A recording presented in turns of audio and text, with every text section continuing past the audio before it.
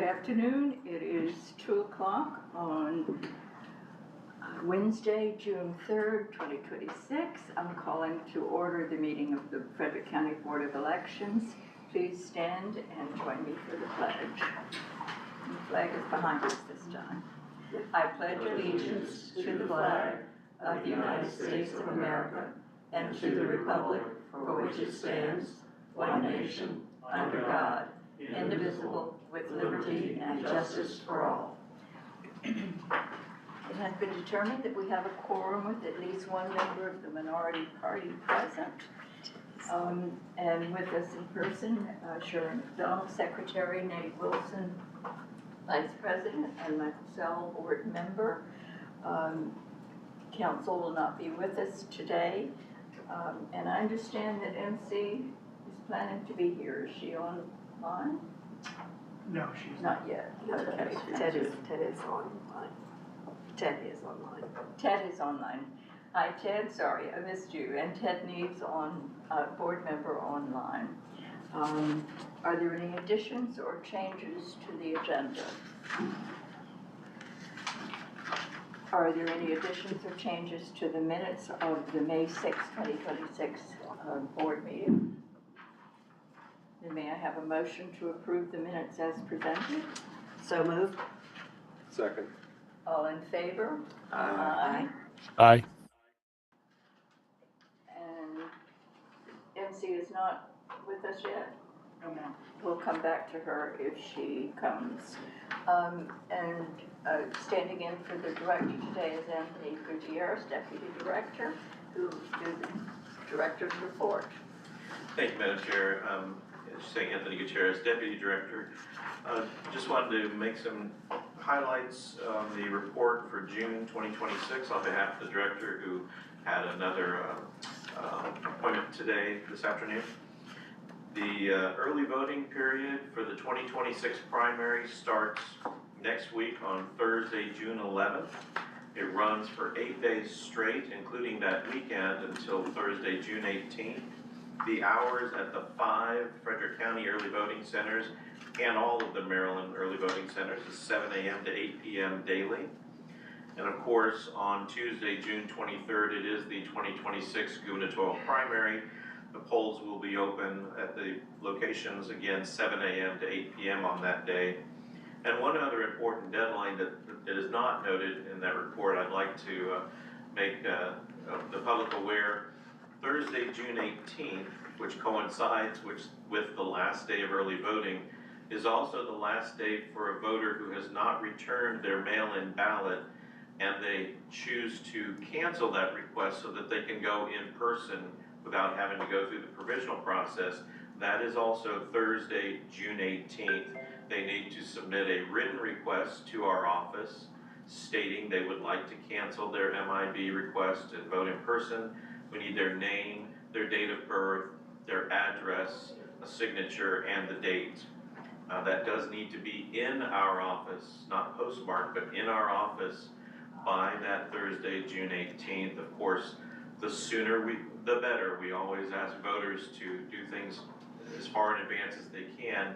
They can certainly put that request in a drop box, any one of our 12 drop boxes around the county, or if it's more convenient, they could mail or bring it to our office here at 8490 Progress Drive, Suite 300 here in Frederick.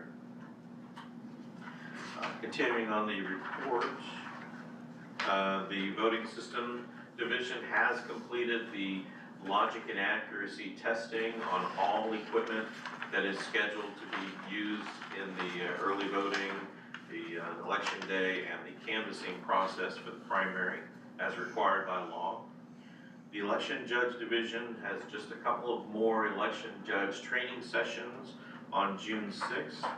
And a reminder to the voters and the public that our voter registration distribution training has stopped, and we will continue that again in August because yesterday, June 2nd, was the deadline for early changes to your voter registration information, including that was the last date to update a party affiliation before the primary election. And that's actually, except for the rest of the report, I will leave that as duly submitted. Thank you, Mr. A Gutierrez. few questions if I may. Yes, questions for the Yes. Deputy Director? Yes, Mr. Gutierrez, for the early voting parity as well as election day parity reports, how current is this information? I believe, Brian, was that run this morning or last? The date should be on it, but Oh, I the did date should be on. run one. 8/18. This was 5/26. Okay, so that, Okay, I see that one. How about the early voting parity? I Is there don't see no a date on dates it. on that? That was ran the same day. The same Okay, day. same day. Yes. So, It was taken off. as we won't have another meeting before early voting, it looks like both in early voting and election day polling, there's still, even though it's comparable, there's, I saw some, chief judges were not assigned in the Democrat as well as the Republican, but one was in, or an unaffiliated member was in there. I see that there's, positions like, if we look at the early voting stat, do you have one of the reports in front of you? I can get one. I think, Here, Anthony, I can I've look got at it right here, thank you. Okay. Oh, I do. Sorry. So you're looking at the early voting report? let's look at this and use this, our Urbana Regional Library, line 3 on the first page, day 1. Okay. Just as an example to maybe explain some of the, election day, also. So, it shows chief, 1 Democrat, 0 Republican, 1 unaffiliated, for a total of 2. Provisional is 2 Democrat, and voting ops is 5 Democrat, 5 Republican, 5 unaffiliated. Will there be, well, I'm assuming the Democrat and unaffiliated are going to be what is run for parity for that early voting, there will not be a Republican chief judge. So long as we don't have any additional drop-offs, which as we know with 2.5 weeks prior to, certainly there will be drop-offs between now and then, we just don't know where in the county, et cetera. And we do have a list of standby persons that we can go to. So again, we do as much as practical to meet those parity, So I guess my question is, when it says voting ops, that there's 5 Republicans, is there a reason one of those cannot be made a chief judge or be given the I know people will drop off on the Sure, day of, why? Sure. I can't speak to this one in particular. There are certain criteria we want for chief judges. Number 1 would be someone who has experience as a judge and not just brand new off the street, because it is very complicated to get all those forms done correctly. We do get audited by the state board afterward if those forms aren't done correctly. That's just one example.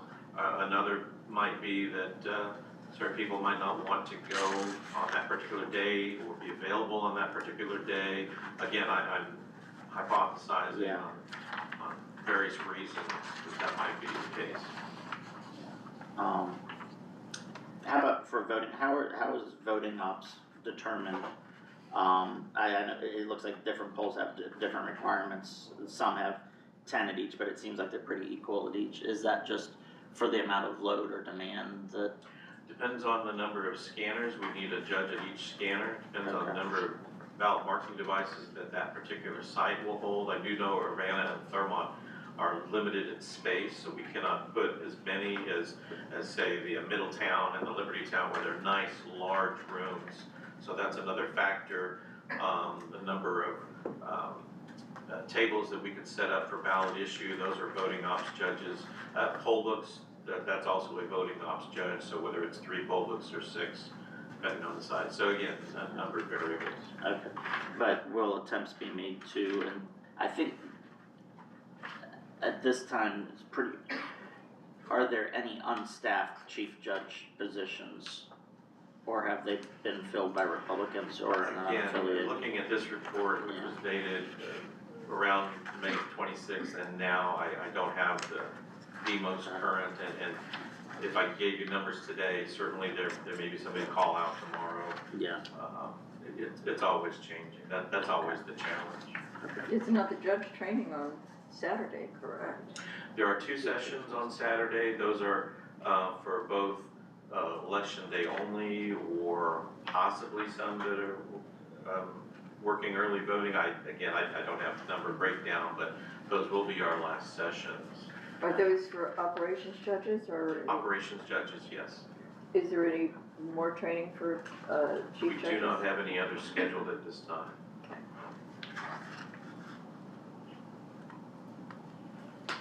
Well, I'd just like to commend the office, for all the work you guys are doing.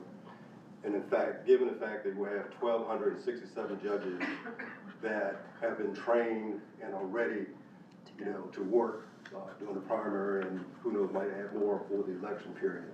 And then given the fact that you have 671 Democrats, 350 Republicans, and 236 unaffiliated, we are always going to have imbalances because the numbers themselves point out exactly what's going on. There's 671 Dems, 230 Republicans. You're not going to have the balance across the board. So I appreciate you guys doing the best that you possibly can to make sure there is parity at all the polling places. And I'm very, very glad you brought that up, and of course, it's the staff that you have a great number of staff, and a lot of them are relatively new. This will be their first election, and they just hit the ground running, as we have two examples of our veterans here who are now managers. They did the same when they came on board. So elections administration is a very difficult thing to learn on the fly, and I'm glad you brought up the 1,267 because we can't remember a time we were this close to early voting and election day and we had over 1,000 still. And so I also want to credit the staff members who are no longer here and who've gone on to better promoted jobs at other local boards. They did a lot of work last fall. And I'd like to also recognize the University of Maryland. The Election Resilience Laboratory worked with us to triple our voter outreach and our efforts for election judge recruiting. And I think that speaks to exactly what you just brought up. We look to be in great shape. We certainly know that we're still gonna have drop-offs, but it's better to start from here than down here. And the parity is always a challenge, but we've really taken steps that we will be reporting to you in the interim period on how we're trying, but obviously we're not like the jury commissioner where we can go out and just tell people you're gonna show up on this particular day.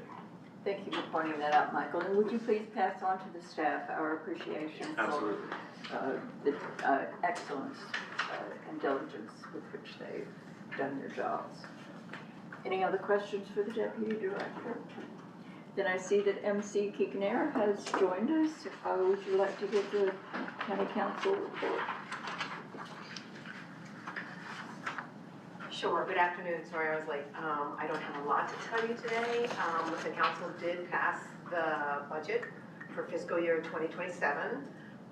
The Board of Elections had no reductions of any kind, so that's my report. Thank you. Any questions for MC? Okay. Lost my agenda. New business, mail-in ballot report. Thank you again. The State Board of Elections has asked to be the main source of information on this particular issue that came up. And so we're certainly promulgating that out to our Frederick County voters on our social media and our website and our phone calls, etc. And they've done a lot of press releases, postcard mailings, emails, and texts. So just to put it in a nutshell, there was to reiterate this printing error on the vendor who won the contract to send out the ballots statewide. Some reports of voters getting the wrong party ballot. I just saw another story today, I'm not sure how old it is, that they're still trying to figure out the magnitude of that, how large or small, which certainly will be looked into at that level, state level, over the next few weeks and months. But suffice it to say that the replacement ballots went out for that first large group of 400,000 now voided ballots. We get those in and we quarantine them as directed by the state board. And we're expecting some updated post-election canvassing procedures. Once we get those, we will certainly pass that along to the board, along with any other information for the public on any changes that they may be requiring us to do, starting with that Thursday, June 25th, post-election canvass. Questions? Thank you, Mr. Gutierrez. Any disclosures to be made this month? No. Thank you. Scheduling of the next meeting, we will be starting the provisional canvass on July the 1st, which would be the first Wednesday of the month. And because of the mail-in ballot issue, we may still be canvassing the following Wednesday. So we have determined that that our next meeting will be in August. The date is August the 5th. Is that date all right with everyone? Yes. Then the next meeting is scheduled for August the 5th. And now it's time for public comment, and we have, first of all, Mr. Kaminsky. Okay, thanks for letting me talk. Under Comar, when a voter requests a second ballot, the first ballot is voided. But that rule is voter initiated. It was never designed to govern a situation where the state board itself mass reissues ballots. Dan Coburn, the state board attorney, admits no such policy exists at this time. Jared Emeritus acted without the board's approval, applying a single voter replacement policy to 500,000 ballots. That was not his call to make. And there is no statute, regulation, or precedent that authorizes it.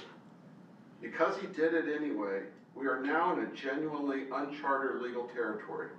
No judge in Maryland or anywhere in America is going to order the deliberate spoiling of the potentially valid ballots where there is no clear black letter law requiring the outcome. And we would agree with that ruling. What Mr. Demarinis should have done was simple. Convene a board, quarantine the original ballots, determine ballot by ballot which ones are correctly issued.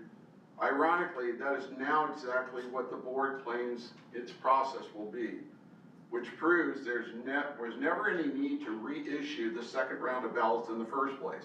He should have never sent them out.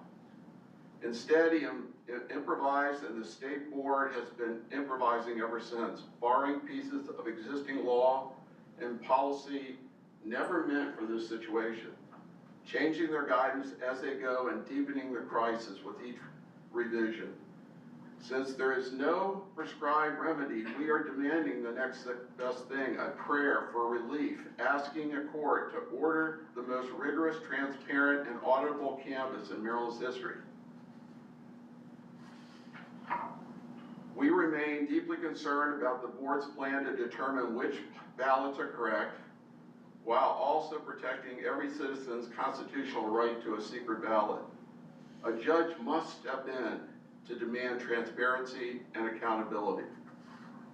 I run a company, and if I was making a major decision like this, I would convene a board meeting at 2 in the morning and get everyone on the board. This has nothing to do with you. I feel for everyone involved here because you have no control. You're only implementing what legislation is. But as you know, the remedy for this is in person and photo ID or voter ID and election day only. And the Maryland House Republican Caucus had a response to this. And I'd like to, if you guys would each get that response, and as you know, there's 6 active lawsuits right now. Mr. Mann? Same topic, we're all very aware of. Although it's barely started, this primary election will be especially problematic because of the inexcusable mailing wrong party ballots by the contracted ballot printer, Taylor Print and Visual Impressions of Minnesota. At this point, based on State Board of Elections information and public media, almost 447,000 primary ballot envelopes were mailed out with an unknown number containing the wrong or possibly wrong ballot. Some that were supposed to get, some Democrats that were supposed to get Democrat ballots were mailed Republican ballots and vice versa. This raises a number of questions. Do you, the board, or me, do we know how many total ballots were printed and of which party? The answer is no, we do not know. We may never know. Do you know how many ballots of the wrong party were mailed out? Again, the answer is no. Were any voters mailed more than one ballot and more than one ballot envelope? Because if you accidentally mail out the wrong ballots, you can definitely make these other mistakes as well. Again, the answer is unknown.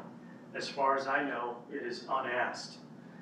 At the State Board of Elections last meeting on May 28th, the state election director, Jared Demarinis, stated that without consulting the State Board of Elections or having an emergency board meeting, an entire tranche of ballots was mailed out prior to discovery, and that they would be canceled and that new ballots would be mailed out.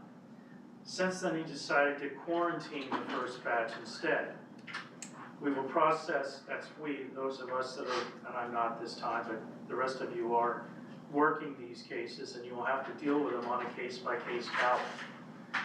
He further stated that all returning new ballot envelopes would be marked showing that they are uncanceled with a second tranche of ballots, which sounds okay to me, but here's the interesting thing.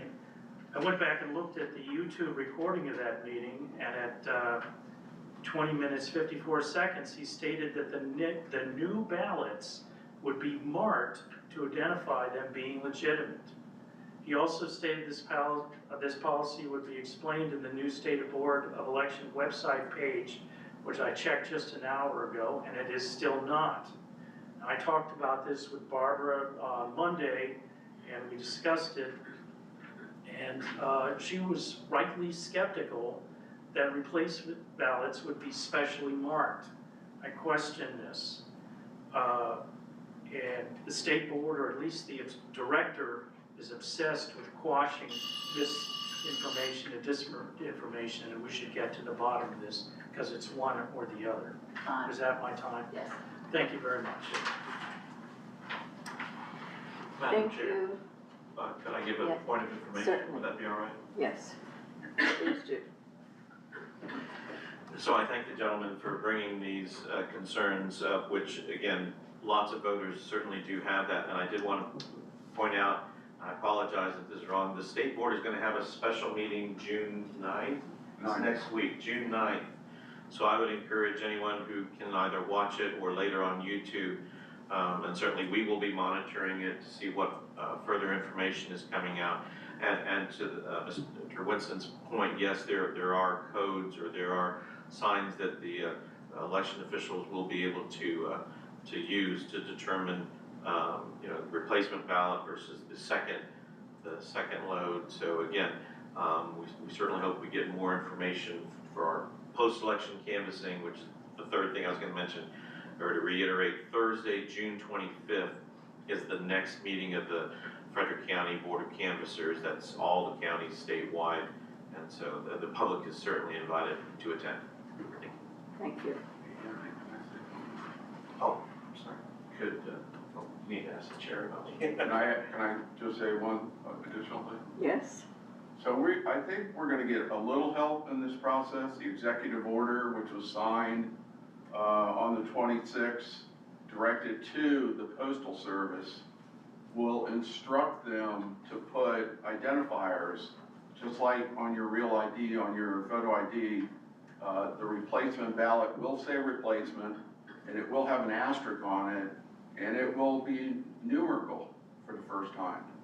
So, that way, not more than one ballot will come. Now, as you know, if you get your first ballot, you get your second ballot, you go in just to make sure your vote counts, the tabulator will cancel it, it will say you already voted, okay?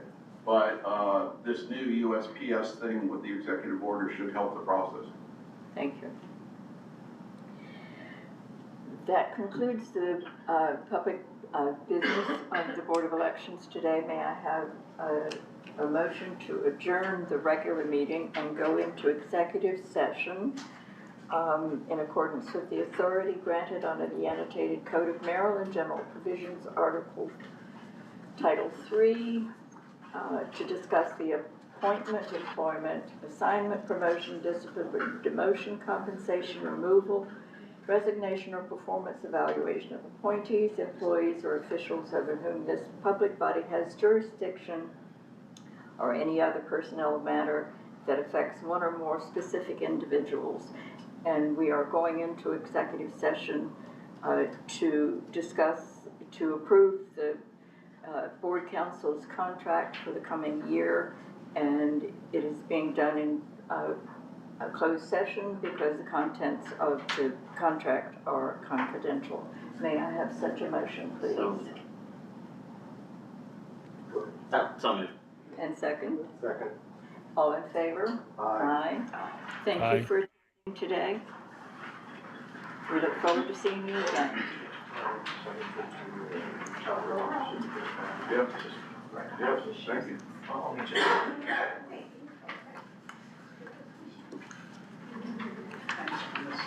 We can bring Ted back.